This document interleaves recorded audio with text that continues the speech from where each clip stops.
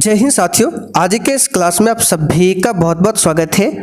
तो साथियों, बिहार पुलिस चालक सिपाही नई भर्ती 2025 के लिए आज हमारा दूसरा प्रैक्टिस सेट चलेगा, जिसमें साथियों जीके जीएस के साथ साथ मोटर व्हीकल एक्ट से संबंधित क्वेश्चन भी प्रैक्टिस सेट में होगा। और इससे पहले आपका एक प्रैक्टिस सेट हो चुका है। अगर आपका ये वीडियो छूटा हुआ है प्रैक्टिस सेट 1 का, तो इसके लिए यूट्यूब पर प्लेलिस्ट बना हुआ है, आप लोग प्लेलिस्ट में जाकर उस वीडियो को देख सकते हैं। और क्लास का समय याद रखिएगा, शाम 7 बजे से। और बिहार पुलिस चालक सिपाही के लिए आपका न्यू बैच स्टार्ट हो चुका है। जिनको भी ज्वाइन करना है, डिस्क्रिप्शन बॉक्स में एप्लीकेशन का लिंक दिया हुआ है, क्लिक करके डाउनलोड कीजिए। और किस प्रकार से बैच को ज्वाइन करना है, ये हमारा व्हाट्सअप नंबर है, इस पर मैसेज करके जानकारी ले सकते हैं, या फिर क्लास के लास्ट में आपको बताया जाएगा किस प्रकार से बैच को ज्वाइन करना है। तो चलिए इसी के साथ आज के इस प्रैक्टिस सेट को हम लोग स्टार्ट करते हैं। तो साथियों, आज का पहला क्वेश्चन देखिए, मोटर वाहन अधिनियम के अंतर्गत ट्रैफिक नियम लागू कराने वाली मुख्य संस्था कौन सी है? नगर पालिका, परिवहन विभाग, पुलिस विभाग या फिर डी सड़क मंत्रालय। चलिए क्वेश्चन नंबर 1 के लिए आप लोग आंसर बताइए। बहुत ही शानदार क्वेश्चन है, बिल्कुल ऐसा ही क्वेश्चन आपको एग्जाम में देखने को मिलेगा। मोटर वाहन अधिनियम के अंतर्गत ट्रैफिक नियम लागू कराने वाली मुख्य संस्था कौन सी है? तो यहाँ पर इसका सही जवाब है बी वाला ऑप्शन, परिवहन विभाग। ठीक है, आंसर हमारा क्या होगा? B option. दूसरा क्वेश्चन देखिए, भारत में मोटर वाहन अधिनियम को कौन लागू करता है? और देखिए, जो भी साथी चैनल पर पहली बार आए हैं, आप लोग क्लास टाइमिंग को नोट कर लीजिए। बिहार पुलिस चालक सिपाही के लिए आपको जो क्लास दिया जाएगा शाम में 7 बजे। ठीक है, और क्लास का अगर आपको पूरा पीडीएफ चाहिए आंसर के साथ में, तो आपको एप्लीकेशन पर जाना होगा। वहाँ पर आपको बिहार पुलिस चालक सिपाही के लिए न्यू बैच मिल जाएगा, वहाँ पर जाकर आप लोग परचेज कर सकते हैं। तो साथियों, भारत में मोटर वाहन अधिनियम को कौन लागू करता है? तो इसका सही जवाब है राज्य और केंद्र सरकार दोनों। डी वाला ऑप्शन यहाँ पर आपका राइट है। अगला क्वेश्चन देखिए, मोटर वाहन अधिनियम के अनुसार वाहन का बीमा अनिवार्य है। चलिए क्वेश्चन नंबर 3 के लिए आप लोग आंसर बताइए। और जिन्होंने ऑलरेडी बिहार पुलिस से ड्राइवर का कोर्स ले रखा है, वहाँ पर आपको पीडीएफ मिल जाएगा आंसर के साथ में। ये हमारा व्हाट्सअप नंबर है 9631887058। जिनको भी कोर्स चाहिए आप इस व्हाट्सअप नंबर पर मैसेज करके बता सकते हैं। तो साथियों, मोटर वाहन अधिनियम के अनुसार वाहन का जो बीमा अनिवार्य है, यह है तृतीय पक्ष, थर्ड पार्टी। ठीक है, पहला वाला ऑप्शन आपका राइट है। अगला क्वेश्चन देखिए, ड्राइविंग लाइसेंस जारी करने वाली एजेंसी कौन सी है? और पूरा क्लास को ध्यान से देखिए, क्लास के लास्ट में ही आपको बताएंगे किस प्रकार से आपको बैच को ज्वाइन करना है। तो साथियों, ड्राइविंग लाइसेंस जारी करने वाली जो एजेंसी है, यह है आरटीओ, यानी कि क्षेत्रीय परिवहन कार्यालय। यहाँ पर सी वाला ऑप्शन आपका सही आंसर है। आगे देखिए, किसी वाहन का पंजीकरण कितने वर्षों के लिए वैध होता है? चलिए क्वेश्चन नंबर 5 के लिए आप लोग आंसर बताइए। किसी वाहन का जो पंजीकरण है वो कितने वर्षों के लिए वैध होता है? तो इसका सही जवाब है 15 वर्षों के लिए। बी वाला ऑप्शन आपका सही जवाब है 15 वर्षों के लिए। अगला क्वेश्चन देखिए, नवजात शिशु में कितनी हड्डियां होती है? और साथियों, बिहार पुलिस चालक सिपाही के बैच में बहुत ही जल्द आपको क्लास का नोट्स भी देखने को मिलेगा, 1 लाइनर जीके भी मिलेगा। और 2010 से लेकर अब तक बिहार पुलिस के एग्जाम में जितने भी क्वेश्चन पूछे गए हैं, वो सब क्वेश्चन आपको 1 लाइनर फॉर्म में देखने को मिलेगा। तो नवजात शिशु में कितनी हड्डियां होती है? सिंपल सा क्वेश्चन है, 300। डी वाला ऑप्शन यहाँ पर आपका सही जवाब है 300। अगला क्वेश्चन देखिए, प्रोटोजोआ के कारण निम्न में से कौन सा रोग होता है? एक भी क्वेश्चन को छोड़ना नहीं है। और साथियों, सेशन के लास्ट में आप सभी को कमेंट करके अपना अपना स्कोर जरूर बताना है कि आपने इस प्रैक्टिस सेट में कितने क्वेश्चन सही किए हैं। तो देखिए प्रोटोजोआ के कारण कौन सा रोग होता है, तो इसका सही जवाब है मलेरिया रोग होता है। अच्छा, कौन सा प्रोटोजोआ के कारण होता है, तो प्लाज्मोडियम नाम का प्रोटोजोआ है जिसके कारण मलेरिया होता है। तो आंसर यहाँ पर क्या होगा, डी ऑप्शन मलेरिया। अगला क्वेश्चन देखिए, एक इलेक्ट्रॉन पर आवेश होता है, बताइए एक इलेक्ट्रॉन पर कितना आवेश होता है। तो साथियों एक इलेक्ट्रॉन पर -1.6 इंटू 10⁻⁻19 कूलम ये एक इलेक्ट्रॉन पर का आवेश है। यहाँ से आपको कुछ क्वेश्चन बताते हैं। अगर आपसे पूछे कि बताइए परमाणु का आकार कितना होता है, तो 10⁻⁻10 मीटर ये परमाणु का आकार है। और नाभिक का आकार पूछे तो 10⁻⁻15 मीटर ये नाभिक का आकार होता है। तो इसके साथ में आपको दोनों क्वेश्चन को भी ध्यान रखना है। आगे देखिए, निम्नलिखित में से कौन सा रासायनिक परिवर्तन नहीं है, बताइए क्वेश्चन नंबर 9 के लिए निम्नलिखित में से कौन सा रासायनिक परिवर्तन नहीं है। तो यहाँ पर इस क्वेश्चन का आंसर क्या होगा, पानी का जमना ये रासायनिक परिवर्तन नहीं है, ये क्या है, भौतिक परिवर्तन है। बाकी भोजन का पचना, दूध का फटना, फलों का पकना ये सभी क्या है, रासायनिक परिवर्तन है। आगे देखिए, संपीड़ित प्राकृतिक गैस का मुख्य घटक क्या है।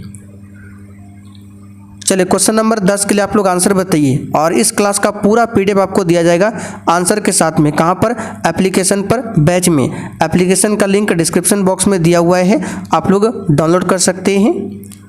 तो साथियों संपीड़ित प्राकृतिक गैस का जो मुख्य घटक होता है ये मीथेन होता है। क्या होता है, मीथेन। और मीथेन का फॉर्मूला क्या होता है, CH4। मीथेन को मार्स गैस भी बोला जाता है। चलिए क्वेश्चन नंबर देखिए 11। जब एक वस्तु एक अवतल दर्पण से अनंत दूरी पर है तो उससे बनने वाले प्रतिबिंब की स्थिति क्या होगी। चलिए बताइए क्वेश्चन नंबर 11 के लिए आंसर क्या होगा।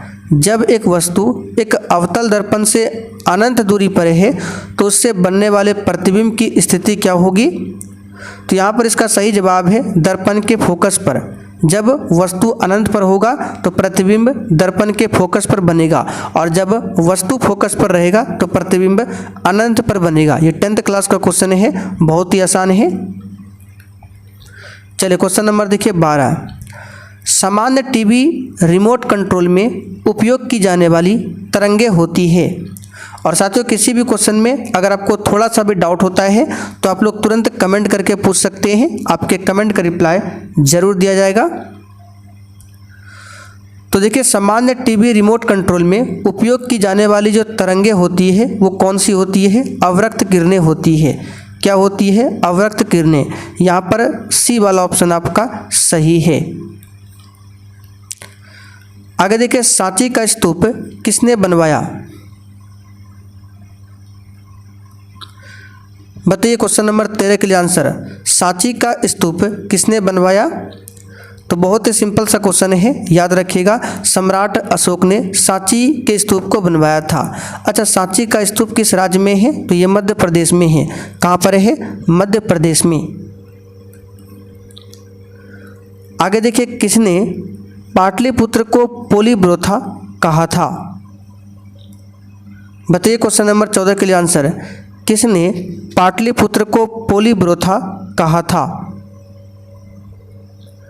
तो क्वेश्चन नंबर 14 के लिए आंसर क्या हो जाएगा, ये कहा था मेगास्थनीज ने। किसने कहा था, मेगास्थनीज ने। इनके पुस्तक का नाम याद रखिएगा, क्या है, इंडिका। तो अगर आपसे पूछे इंडिका किसकी पुस्तक है, तो मेगास्थनीज का पुस्तक है। मेगास्थनीज यूनान का राजदूत था और किसके दरबार में आया था, तो मेगास्थनीज जो है चंद्रगुप्त मौर्य के दरबार में भारत आया था। आगे देखिए, किस वेद में जादुई माया और वशीकरण का वर्णन मिलता है। बताइए क्वेश्चन नंबर 15 के आंसर। किस वेद में जादुई माया और वशीकरण का वर्णन मिलता है। तो साथियों इसका आंसर है अथर्ववेद में। वेद टोटल कितने हैं, 4 वेद है। कौन कौन? ऋग्वेद सबसे पुराना वेद है, यजुर्वेद, सामवेद, अथर्ववेद। ठीक है, इसमें से सामवेद को भारतीय संगीत का जनक कहा जाता है। ऋग्वेद में गायत्री मंत्र का उल्लेख मिलता है।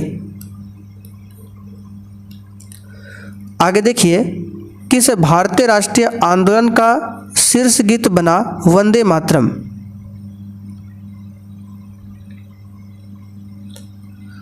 तो ये क्वेश्चन पहले भी आपको बता चुके हैं। आंसर है स्वदेशी आंदोलन। डी वाला ऑप्शन आपका सही जवाब है, स्वदेशी आंदोलन। आगे देखिए, 1931 में कराची अधिवेशन की अध्यक्षता किसने किया था? बताइए, क्वेश्चन नंबर 17 के लिए आंसर बताइए। 1931 में कराची अधिवेशन की अध्यक्षता किसने किया था? तो साथियों, इस क्वेश्चन का आंसर हो जाएगा किसने किया था? तो सरदार वल्लभ भाई पटेल ने 1931 में कराची अधिवेशन की अध्यक्षता किया था। एक पूछा जाता है, महात्मा गांधी ने कांग्रेस के किस अधिवेशन की अध्यक्षता किया था? तो याद रखिएगा, 1924 में एक अधिवेशन हुआ था, बेलगांव अधिवेशन। कर्नाटक में पड़ता है बेलगांव अधिवेशन, बेलगांव। तो बेलगांव अधिवेशन में महात्मा गांधी ने अध्यक्षता किया था, जो कि 1924 में हुआ था। तो ये क्वेश्चन भी आता है एग्जाम में, इसको ध्यान रखिएगा। क्लास में क्वेश्चन के साथ जो भी एक्स्ट्रा क्वेश्चन आपको बताया जाएगा, आपको ध्यानपूर्वक सुनना है। आगे देखिए, इंडिया डिवाइडेड नाम की पुस्तक के लेखक कौन थे? प्रैक्टिस सेट में टोटल 50 क्वेश्चन है। ठीक है, और 50 में से आप कितने क्वेश्चन बना पाते हैं, ये आपको सेशन के लास्ट में बताना है। तो साथियों, इंडिया डिवाइडेड नाम की पुस्तक के लेखक है डॉक्टर राजेंद्र प्रसाद। यहाँ पर आंसर हमारा क्या हो जाएगा? B option, doctor Rajendra Prasad. चलिए आगे देखते हैं। प्रसिद्ध विद्वान अश्वघोष किसके शासनकाल में हुए?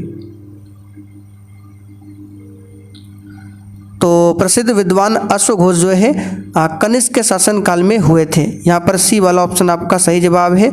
कुषाण वंश का सबसे प्रतापी शासक था कनिष्क, और इसी के दरबार में रहते थे महर्षि चरक, जिन्होंने चरक संहिता की रचना की है। और कनिष्क के शासनकाल में ही चौथी बौद्ध संगति का आयोजन होता है कश्मीर के कुंडल वन में। तो ये सब क्वेश्चन ध्यान रखना है। आगे देखिए, निम्नलिखित में से कौन सा दिन यूनिसेफ दिवस के रूप में मनाया जाता है?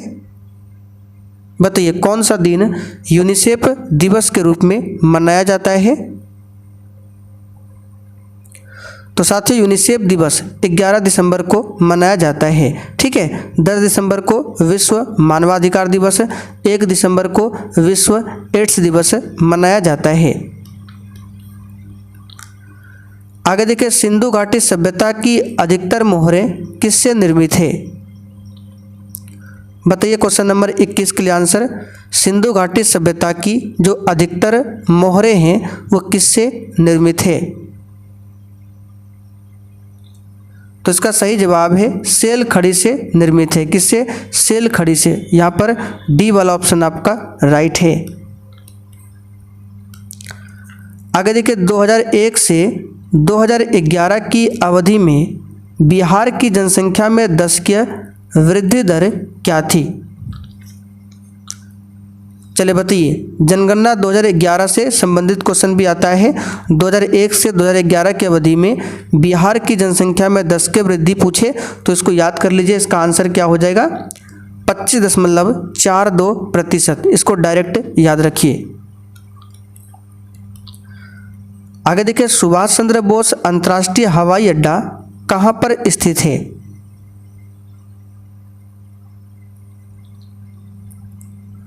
तो साथियों, सुभाष चंद्र बोस अंतर्राष्ट्रीय हवाई अड्डा ये आपको कोलकाता में देखने को मिलेगा। आंसर इसका क्या हो जाएगा? D option, Kolkata. ठीक है, सुभाष चंद्र बोस का जन्म कहाँ पर हुआ था? तो उड़ीसा के कटक में हुआ था। ठीक है, कब हुआ था? तो 23 जनवरी। आगे देखिए, भारत में जैव विविधता की दृष्टि से निम्नलिखित में से कौन सा तप्त स्थल में शामिल है? तो इस क्वेश्चन का आंसर हो जाएगा पश्चिमी घाट। इसको भी डायरेक्ट याद रखिएगा, पश्चिमी घाट।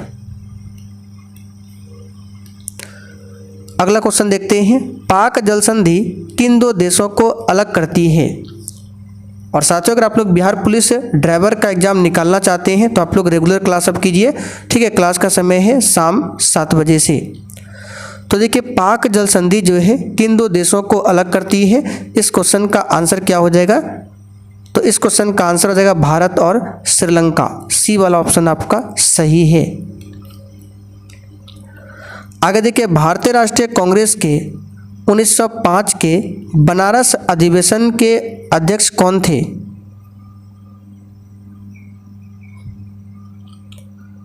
बताइए क्वेश्चन नंबर 26 के लिए आंसर। भारतीय राष्ट्रीय कांग्रेस के 1905 के बनारस अधिवेशन के अध्यक्ष कौन थे? तो यहाँ पर इसका सही जवाब क्या हो जाएगा? तो इस क्वेश्चन का आंसर हो जाएगा आपका गोपाल कृष्ण गोखले, ठीक है। महात्मा गांधी के राजनीतिक गुरु थे गोपाल कृष्ण गोखले। इन्होंने ही 1905 में सर्वेंट ऑफ इंडिया सोसाइटी की स्थापना किया था। आगे देखिए हर्यक वंश के किस शासक को कुनिक कहा जाता था? बताइए। तो साथियों हर्यक वंश के किस शासक को कुनिक कहा जाता था? इसका आंसर क्या हो जाएगा? अजातशत्रु। सी वाला ऑप्शन आपका सही जवाब है, अजातशत्रु, ठीक है। बिंबिसार के पुत्र थे अजातशत्रु और अजातशत्रु के पुत्र थे उदयन। उदयन ने ही पाटलिपुत्र नगर की स्थापना किया था। पूछा जाता है, इसको ध्यान रखिएगा। आगे देखिए अमीर खुसरो किस शासक के दरबारी कवि थे?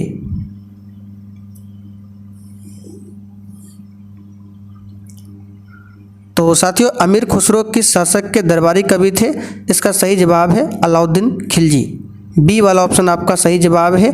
अमीर खुसरो को भारत का तोता बोला जाता है। आगे देखिए विष्णु के 10 अवतारों की जानकारी का स्रोत क्या है? बताइए क्वेश्चन नंबर 29 के लिए आंसर। विष्णु के 10 अवतारों की जानकारी का स्रोत क्या है? तो यहाँ पर इस क्वेश्चन का आंसर क्या हो जाएगा? तो स्रोत है मत्स्य पुराण। क्या है? मत्स्य पुराण। आगे देखिए डबल फॉल्ट शब्द किस खेल से संबंधित है? बताइए डबल फॉल्ट शब्द किस खेल से संबंधित है? तो इसका सही जवाब है टेनिस से संबंधित है। किससे है? टेनिस से। आगे देखिए राष्ट्रपति अपने पद से त्यागपत्र देना चाहे तो वह किसे देगा? बताइए क्वेश्चन नंबर 31 के लिए आंसर। राष्ट्रपति अपने पद से त्यागपत्र देना चाहे तो वह किसे देगा? तो इसका सही जवाब क्या हो जाएगा? तो राष्ट्रपति अपने पद से त्यागपत्र उपराष्ट्रपति को देगा और उपराष्ट्रपति देना चाहे तो राष्ट्रपति को देगा। आंसर यहाँ पर क्या हो जाएगा? C option. अगला क्वेश्चन देखिए निम्नलिखित में से किस देश का अलिखित संविधान है? चलिए 32 के लिए आप लोग फटाफट से आंसर बताइए। इनमें से किस देश का अलिखित संविधान है? तो इसका आंसर है ब्रिटेन देश का अलिखित संविधान है, ठीक है। सी वाला ऑप्शन यहाँ पर आपका सही आंसर है। ब्रिटेन में कौन संप्रभु है? तो ब्रिटेन में संसद जो है संप्रभु है, लेकिन भारत में संप्रभु कौन है? भारत के लोग। आगे देखिए स्वचालित वाहनों में प्रयुक्त द्रव चालित ब्रेकें किसका प्रत्यक्ष अनुप्रयोग है? तो इसका सही जवाब हो जाएगा आपका पास्कल के नियम का। चलिए आगे देखते हैं। निम्नलिखित में से कौन सा तत्व समुद्री शैवाल से प्राप्त किया जाता है? बताइए कौन सा तत्व है जो समुद्री शैवाल से प्राप्त किया जाता है? तो इस क्वेश्चन का आंसर हो जाएगा कौन सा? आयोडीन। इसको समुद्री शैवाल से प्राप्त किया जाता है। आगे देखिए डेंगू ज्वर का कारण क्या है? बताइए क्वेश्चन नंबर 35 के लिए आंसर। डेंगू ज्वर का कारण क्या है? तो साथियों डेंगू ज्वर का कारण क्या हो जाएगा? तो इसका सही जवाब हो जाएगा ऑप्शन डी, वायरस है। क्या है? वायरस। आगे देखिए निम्नलिखित में से किस भारतीय पत्रकारिता का राजकुमार कहा जाता है? यानी कि किसे भारतीय पत्रकारिता का राजकुमार कहा जाता है? तो साथियों भारतीय पत्रकारिता का राजकुमार यहाँ पर इसका आंसर हो जाएगा डी वाला ऑप्शन, कृष्णोदास पाल को कहा जाता है। अच्छा, भारतीय पत्रकारिता का अग्रदूत पूछे किसे कहा जाता है, तो राजा राम मोहन राय को। अच्छा, राजा राम मोहन राय को राजा की उपाधि किसने दिया था, तो अकबर द्वितीय ने। आगे देखिए, लॉर्ड डलहौजी की राज्य हड़प नीति के अंतर्गत निम्नलिखित में से सर्वप्रथम किस राज्य का विलय हुआ था, तो राज्य हड़प नीति के तहत 1848 में सबसे पहले सतारा को ब्रिटिश साम्राज्य में मिलाया गया था। यह क्वेश्चन बनता है, इस बात को ध्यान रखिएगा। चलिए आगे देखते हैं। पुस्तक a nation in the making किसने लिखी, तो पुस्तक ए नेशन इन मेकिंग इसके लेखक है सुरेंद्रनाथ बनर्जी। डी वाला ऑप्शन आपका सही है। अगर आपसे पूछे poverty and un British rule in India, इस पुस्तक के लेखक कौन है, तो दादा भाई नौरोजी। चलिए आगे देखिए, हुमायूं द्वारा लड़े गए निम्नलिखित युद्धों में सबसे बाद में कौन सा युद्ध लड़ा गया, सबसे बाद में बताना है, तो चौसा का युद्ध हुआ था 1539 में, देवरा का युद्ध हुआ था 1531 में। सब युद्ध के जो डेट है आपको याद रखना पड़ेगा। कन्नौज का युद्ध हुआ था 1540 में, सरहिंद का युद्ध हुआ था 1555 में। अब बताइए सबसे बाद में कौन सा लड़ा गया था, तो 1555 वाला देख सकते हैं, जो कि सरहिंद का युद्ध है। चलिए आगे देखिए, आदि ग्रंथ अथवा गुरु ग्रंथ साहिब का संकलन निम्नलिखित में से किसने किया था, तो ये क्या था, सिखों के पांचवें गुरु गुरु अर्जुन देव ने। देख सकते हैं डी ऑप्शन में दिया हुआ है। सिखों के पांचवें गुरु थे गुरु अर्जुन देव। सिखों के 10वें गुरु कौन थे, गुरु गोविंद सिंह जी। इनका जन्म 1666 में पाटलिपुत्र में हुआ था और इन्होंने 1699 में खालसा पंथ की स्थापना किया था। सिखों के प्रथम गुरु थे गुरु नानक देव। निम्न में से किस हड़प्पा स्थल से एक उन्नत जल प्रबंधन का साक्ष्य प्राप्त हुआ है, तो साथियों यह धौलावीरा से। कहाँ से प्राप्त हुआ है, धौलावीरा से। लोथल क्या था, एक बंदरगाह था गुजरात में, ठीक है, और ये भोगवा नदी के किनारे लोथल। आगे देखिए, निम्नलिखित में से किसने समुद्रगुप्त को भारत का नेपोलियन कहा है, तो समुद्रगुप्त को भारत का नेपोलियन किसने कहा है, इसका आंसर क्या होगा, विंसेंट स्मिथ ने कहा है। ठीक है, हरिसेन की बात करें तो समुद्रगुप्त के दरबारी कवि थे हरिसेन, ठीक, और हरिसेन ने ही प्रयाग प्रशस्ति अभिलेख की रचना की है। तो पूछा जाता है प्रयाग प्रशस्ति जो अभिलेख है इसकी रचना किसने किया है, हरिसेन। ये कौन थे, समुद्रगुप्त के दरबारी कवि। अगला क्वेश्चन, संविधान सभा की अंतिम बैठक कब हुई थी, तो सबसे पहले आपको पता होना चाहिए संविधान सभा की प्रथम बैठक जो कि 9 दिसंबर 1946 को हुआ था, प्रथम बैठक। ठीक है, दूसरा बैठक हुआ था 11 दिसंबर 1946 को, तीसरा बैठक हुआ था 13 दिसंबर 1946 को। तो ये 3 पूछा जाता है, और आखिरी वाला तो अंतिम वाला हुआ था 24 जनवरी 1950 को। ठीक है, संविधान लागू होने से 2 दिन पहले 24 जनवरी 1950 को अंतिम बैठक हुआ था।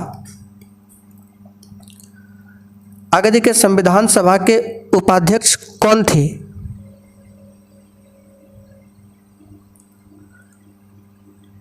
तो यहाँ पर इस क्वेश्चन का आंसर आ जाएगा डॉक्टर HC मुखर्जी संविधान सभा के उपाध्यक्ष थे। बी वाला ऑप्शन आपका राइट है। आगे देखिए, सरिस्का पक्षी विहार ये कहाँ पर अवस्थित है, तो साथियों सरिस्का पक्षी विहार जो है ये कहाँ पर अवस्थित है, तो राजस्थान में। याद रखिएगा ये क्वेश्चन पूछा जाता है। सी वाला ऑप्शन आपका राइट है, राजस्थान। आगे देखिए, भारत के किस संघ शासित क्षेत्र का अपना उच्च न्यायालय है, इसमें से बताना है।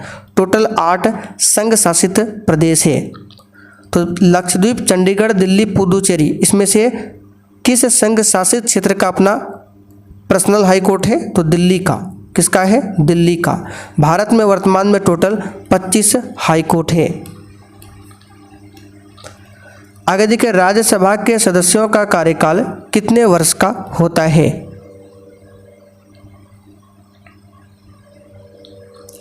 तो साथियों, राज्यसभा के सदस्यों का कार्यकाल कितने वर्षों का होता है? तो ये होता है 6 वर्षों का। कितने वर्षों का होता है? 6 वर्षों का। और लोकसभा के सदस्यों का कार्यकाल पूछे तो 5 वर्षों का होता है। आगे देखिए, संविधान के किस अनुच्छेद में धन विधेयक की परिभाषा दी गई है?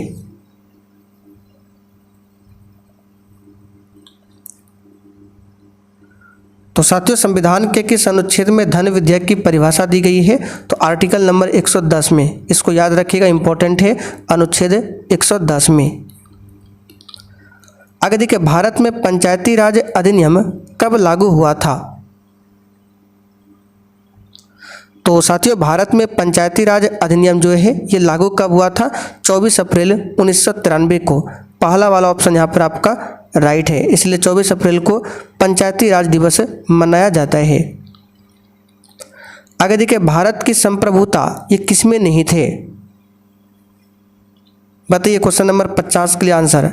भारत की संप्रभुता किसमें निहित है?